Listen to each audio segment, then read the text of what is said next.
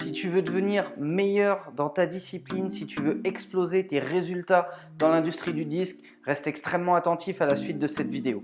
Bonjour à tous, bienvenue dans cette vidéo. Je m'appelle Tariq, je suis producteur, éditeur et artiste à succès, plusieurs fois certifié disque d'or et de platine.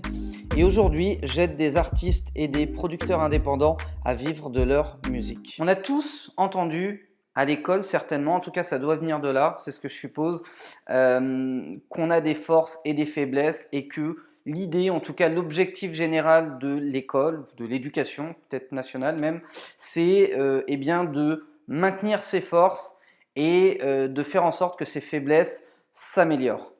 Ben moi j'ai une philosophie qui est complètement différente, pour la simple et bonne raison que chacun ses forces, chacun ses faiblesses, et au final on n'en a rien à foutre d'être faible dans un domaine, en autant qu'on est fort dans un autre. Je m'explique. Si jamais à l'école, pour revenir à l'école et à ce qui se passait donc dans les salles de classe, si jamais vous étiez très très fort en mathématiques, pourquoi est-ce qu'il fallait que vous vous fassiez chier à être bon en histoire géo?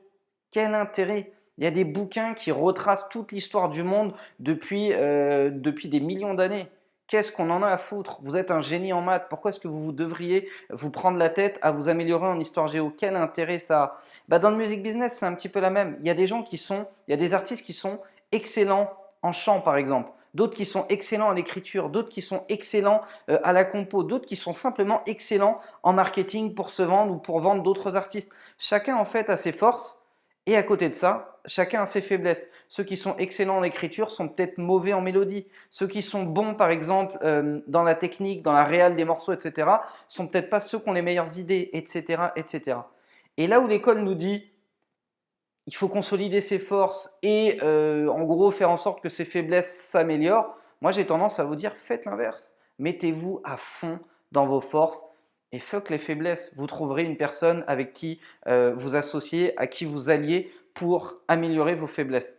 Et ça, je l'illustre par une image que j'ai découverte il y a peut-être une dizaine d'années, qui en gros va mettre aligné un singe, un éléphant, une girafe, un lion, un tigre et je ne sais plus ce qu'il y avait d'autre. Bref, plein d'animaux de la jungle. Et là, il y a un vieux sage qui dit allez-y, montez à l'arbre, cherchez une banane. Et là, vous vous rendez compte que forcément, le singe, il a le smile, il est hyper content parce qu'il sait que il a juste à bondir, en 30 secondes, il est en haut, il a chopé la banane, il est redescendu et il a gagné. Ça, c'est ses forces. À côté de ça, si on dit allez-y, battez-vous et on verra qui est le meilleur, le singe, il est foutu. Il va se faire bouffer par le lion, il va se faire écraser par l'éléphant, il va se faire rentrer dedans par le rhinocéros, pardon. Et en tout cas, c'est ça ses faiblesses. Il est peut-être très agile et très rapide pour monter en hauteur dans les arbres, mais il est beaucoup plus fragile que l'éléphant face aux prédateurs dans la jungle ou que le lion. Donc au final, s'il cherchait en gros à améliorer ses faiblesses et à stabiliser ses forces, il serait foutu pour la simple et bonne raison que dans la jungle, si demain il se fait attaquer par un lion, sa plus grande chance de s'en sortir, c'est d'user de ses forces, c'est-à-dire de se barrer très rapidement, de monter tout en haut d'un arbre et de narguer le lion en lui disant mais jamais tu arriveras à monter. Bah, dans l'industrie du disque, c'est exactement la même chose. Ne comblez pas vos faiblesses, mais améliorez vos forces. Plus vous allez être bon, par exemple, si vous êtes créateur, si vous êtes auteur, plus vous allez être bon dans vos textes, plus on va vous remarquer et plus on aura envie de travailler avec vous. Plus une personne qui sera bonne en chant mais mauvaise en texte aura envie de travailler avec vous. Et c'est de cette manière-là que vous allez attirer les meilleures personnes à vous. On me demande souvent, je fais comment pour me constituer une bonne équipe? Et bien tout simplement en faisant briller vos forces. Plus vous allez être bon dans un domaine, plus vous allez attirer de gens qui sont un petit peu moins bons dans ce domaine-là, mais qui eux ont des forces ailleurs. Et inversement, plus vous allez être mauvais dans un domaine, plus vous allez avoir envie d'aller chercher des gens excellents dans ce domaine-là pour vous accompagner et pour combler vos faiblesses. Et à ce moment-là, on arrive à un consensus qui s'appelle le travail d'équipe. J'ai fait une vidéo il n'y a pas très très longtemps qui s'appelle « On ne réussit pas seul, un artiste ne peut pas réussir seul ». Et bien c'est exactement pour cette raison-là qu'un artiste ne peut pas réussir seul. Vous passeriez 50 ans à combler vos faiblesses pour en faire des forces que vous n'arriveriez jamais à la cheville de celui qui a déjà ces forces-là. C'est très important de retenir cette notion-là puisque on est tous uniques, on a tous des possibilités que d'autres n'ont pas. Eh bien, mettons à profit ces possibilités et travaillons avec d'autres pour améliorer nos faiblesses, améliorer les leurs et profiter de leurs compétences à eux pour avancer plus vite et plus loin.